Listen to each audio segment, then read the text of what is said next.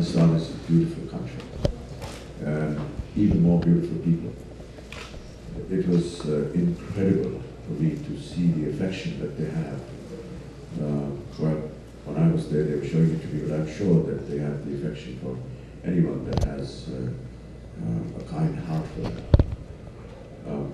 I spent almost a month shooting the film there, and despite the turmoil and the stress, I had a very comfortable stay. I have very strong memories of Afghanistan, and luckily it is on some personal dates that I have.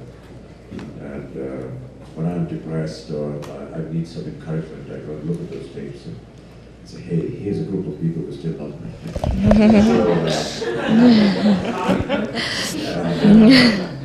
That just brings my spirit up. I'll tell you an incident which just signifies the kind of people of the Afghanistan. We were shooting in a place called Mazar-e-Sharif, which is to the north of Afghanistan. It's called Mazar-e-Sharif because there is a mazar of one of the sons of the Prophet.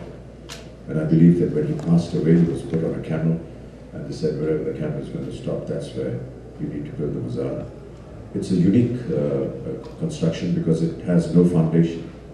It's just from the ground up, and it's still up. It's made of ceramic, and it's truly, truly beautiful. We were shooting there, and we landed at Mazar-e-Sharif, and we were escorted by tanks and fighter planes into the city because of the conditions that were prevailing at that time.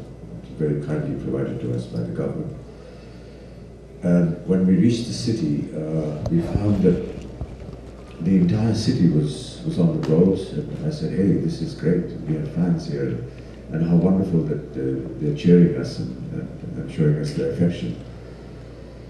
So the guide that was with us, he said, no sir, that's not why they're out on the streets. They're out on the streets because they have stepped out of their house, and they want you to choose a particular house where you want to stay, and they will welcome you in that house. So every one of them have left their houses, so you choose which house you want to go and live in. There were no hotels there, obviously, and each inhabitant of that city was out in the street, left their homes empty. And whichever house you choose, that'll be the place where you can go and stay. I thought that was just unbelievable.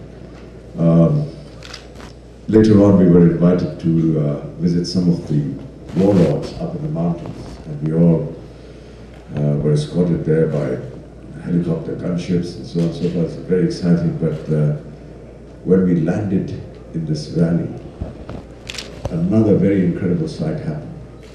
We couldn't get off the helicopter because the warlord said it is against our custom that we allow our guest to touch the feet or walk.